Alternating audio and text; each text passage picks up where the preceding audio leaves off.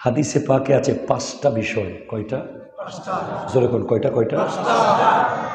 আমি জানি না শেষ করতে পারবো কিনা। আমি কি আর 5 মিনিট করতে পারবো? আপনাদের অসুবিধা হবে না তো? না, 5টা বিষয়ের ব্যাপারে নবীজি সতর্ক করেছেন। 1, যখন কোনো জাতি বেহায়া হয়ে যায়। কি হয়ে যায়? লজ্জার পর্দা উঠে যায়, নারীদের পর্দা উঠে যায়। ছেলে যখন বাবার সামনে লজ্জাবোধ করে না, বড়রা যখন ছোটরা যখন বড়দেরকে আর শ্রদ্ধা করে না, তথা বেহায়া হয়ে যায়, ওই জাতিকে আল্লাহ মহামারী দেয়। এমন মহামারী যেটা কখনো কোনো ডক্টর চিন্তাই করতে পারে না এরকম রোগ পৃথিবীতে আসতে পারবে, যেটার কোনো ট্রিটমেন্ট পাওয়া যাবে না, শুধু মানুষ মারা যাবে। এমন মহামারী আসে কখন? যখন কোনো কওম কি হয়ে যায়? বলেন কি হয়ে যায়? বেহায়া, লজ্জার পর্দা যখন উঠে যাবে। চার দোকানে যখন যুবকরা মুরব্বী দেখলে আর দাঁড়াবে না।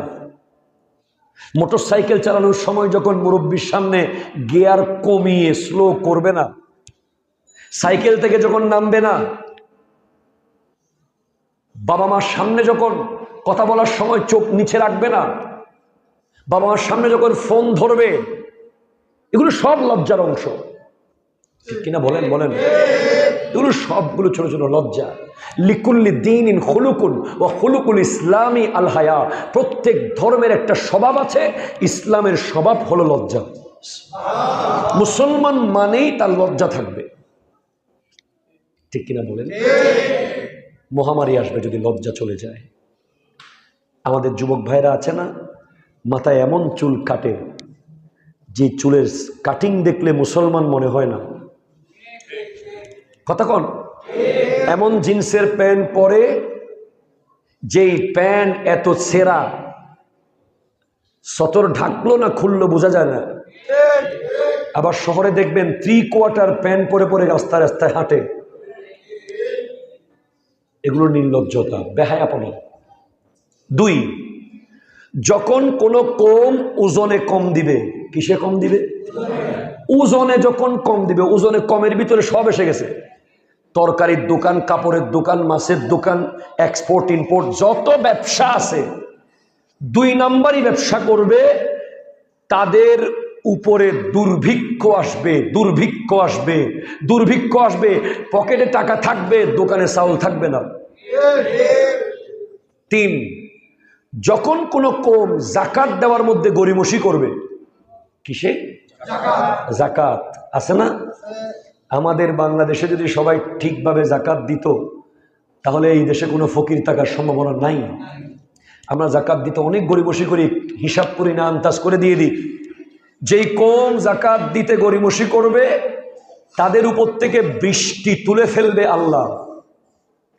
রিসেন্টলি দেখেন নাই বাংলাদেশে হিটের কারণে স্কুল কলেজ বন্ধ করা হয়েছিল। হিট স্ট্রোকে মানুষ মারা গিয়েছিল। হিট অফিসার নিয়োগ দেওয়া হয়েছে। হাদিসে আছে, যদি পশু পাখি না থাকতো জমিনে, ওই এলাকায় কখনো আর বৃষ্টি হতো না। 4, যখন কোনো কওম কোরআন সুন্নাহর ওয়াদা, আল্লাহর সাথে করা ওয়াদা খেলাফ করবে। মারহাবা বলেন। যখন কোনো কওম, প্লিজ দুরূদ শরীফ, আল্লাহুম্মা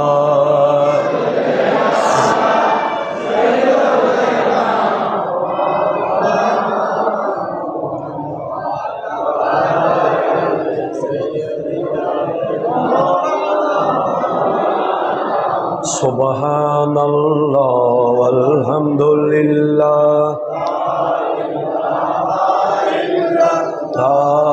লা ইলাহা ইল্লাল্লাহ। জোরে সুবহানাল্লাহ।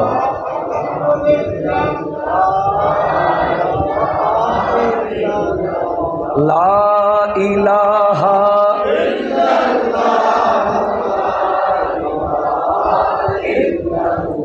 জোরে বলেন সুবহানাল্লাহ। যখন কোনো কওম আল্লাহ এবং রসুলের সাথে করা ওয়াদা খেলাফ করবে তখন তাদের ভিতরে অভ্যন্তরীণ দাঙ্গা লেগে যাবে। দাঙ্গা, এটাও আল্লাহর গজব। জুড়ে বলেন নাউজুবিল্লাহ। আমরা দেখছি না কিছুদিন আগে, গুলি যে করছে সে জানে না কিল্লে গুলি করলাম, যে গুলি খাইছে সে জানে না কি জন্য গুলি খাইলাম। কথা কর না, ঠিক কিনা কর না? বাচ্চা বাসার মধ্যে পড়তেছে, পড়ার টেবিলে, হঠাৎ জানালা দিয়ে বুলেট এসে মারা গেছে। যিনি গুলি করছে তিনিও জানে না কাকে করছি, যিনি গুলি খাইছে তিনিও জানে না কেন খাইছি। এটা হচ্ছে আল্লাহর গজব। এ গজব আসে যখন মানুষ আল্লাহ এবং রসুলের সাথে করা ওয়াদা খেলাফ করে। 5, যখন কোনো দেশের বিচার ব্যবস্থা ব্যক্তিকেন্দ্রিক হয়ে যাবে তখন বিজাতির আক্রমণ আসবে ওই দেশে। আজ আমাদের যুব সমাজ বেহায়াপনায় লিপ্ত হয়েছে, এটা একটা বিজাতির আক্রমণ। ঠিক কিনা কথা বলেন?